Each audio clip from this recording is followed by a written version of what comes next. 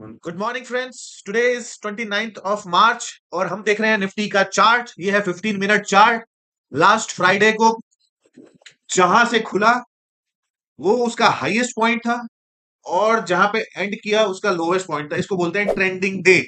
मतलब जिसने सुबह 9 बजे बेच दिया उसको शाम को 3 बजे लोवेस्ट पॉइंट पे खरीदने का मौका मिल गया। हाईएस्ट 23, जो हाईएस्ट पॉइंट था फ्राइडे का 23,056 और जो लोवेस्ट पॉइंट था 22,840। मतलब जिसने खुलते ही बेच दिया उसको 250-300 पॉइंट आराम से मिल गए और ऑप्शन में 100-150 पॉइंट आराम से उसने कमा लिए। और बियर मार्केट में यही करना होता है कि जहां पे खुले वहां बेच दो और जहां पर बंद हो वहां खरीद लो। This is most of the time happens and works in bear markets. Most लोग बोलते हैं बियर मार्केट में है नहीं, हम तो बुल मार्केट में, बुल मार्केट में। अरे बुल मार्केट में जब होते हैं जब बुल मार्केट 2024 में खत्म हो चुकी है। 1.5 साल से हमारा इंडेक्स कहीं नहीं गया। हम वहीं पे खड़े हुए हैं, 26,000 के ऊपर नहीं जा पाए हम। हमने मैक्सिमम हाई बनाया था सितंबर 2025 में। उसके बाद हम कहीं नहीं मूव, 2024 में सॉरी, उसके बाद हम कहीं मूव नहीं करे। तो हम डेली चार्ट पे आते हैं, बड़े टाइम फ्रेम पे हम निफ्टी को एनालाइज करते हैं कि क्या बड़े टाइम फ्रेम पे लास्ट वीक उसने किया। जो लो बनाया हमने लास्ट वीक में वो बनाया 22,500 का, जो हाई बनाया वो 23,500 का। अब ये जो रेंज है लास्ट वीक की, जो रेंज है वो हमारी नेक्स्ट वीक की रेंज बन जाएगी। अब नेक्स्ट वीक की रेंज हमें पता लग गई कि भाई 23,500 से ऊपर नहीं जाने वाला है और 22,500 से नीचे नहीं जाने वाला।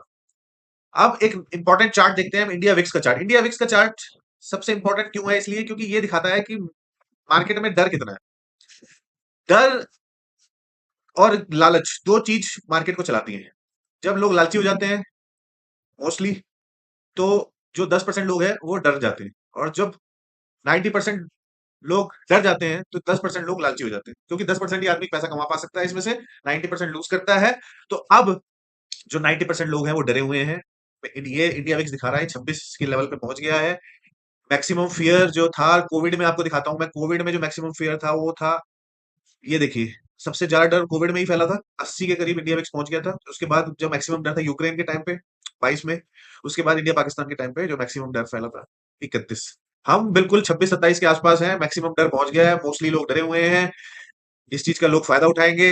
हर तरफ न्यूज ये फैल रही है भाई कि अब ट्रम्प दोबारा अटैक कर देगा, न्यूक्लियर पंप अटैक हो जाएंगे, ये हो जाएगा, वो हो जाएगा, दुनिया बर्बाद हो जाएगी, न्यूक्लियर वॉर हो जाएगा, सब मर जाएंगे। तो दुनिया के अंत पे जो बेट कर रहे हैं वो पैसा कभी नहीं कमा पाएंगे।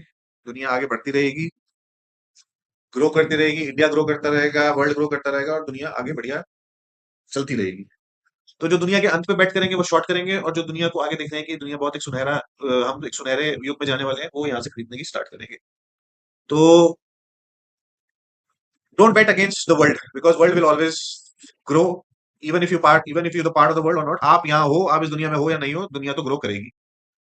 तो don't be too pessimistic about the market, don't be too optimistic as well, but be realistic. Realistic ये है कि लोग डरे हुए हैं, तो मतलब यहाँ पे डर का माहौल ज्यादा है, तो अब मार्केट यहाँ पे और नीचे नहीं जाने वाली है। 22,500 यहाँ हमने शॉर्ट टर्म बॉटम बना लिया है। मार्केट एक बार 24,000 की तरफ जा रहे हैं अप्रैल में। अगर 23,500 को हम क्रॉस करते हैं, 24,200, 24,300, 24,500 तक हम जा सकते हैं, ये हमारी रेंज रहेगी। पर 23,500 को पहले क्रॉस करना पड़ेगा, एक दो दिन वहां पे सेटल होना पड़ेगा। और अगर हम 22,500 के नीचे जाएंगे तो फिर धीरे धीरे चीजें खराब हो जाएंगी। तो मतलब हम न्यूक्लियर वॉर की तरफ जा रहे हैं, तो मुझे नहीं लगता ऐसा होगा। तो नेक्स्ट वीक के लिए दो लेवल्स इंपॉर्टेंट है, 23,500 और 22,500। 22,500 के ऊपर बुलिश, 23,500 के ऊपर बेयरिश। 23,500 पे अगर आता है मार्केट तो यहाँ पे खरीदने का मौका होगा। और अगर एक दो दिन 23,500 के ऊपर टिक जाता है तो we are heading towards 24,500। So this will be the prediction for the next week. I hope you will have a profitable week next. Have a good day.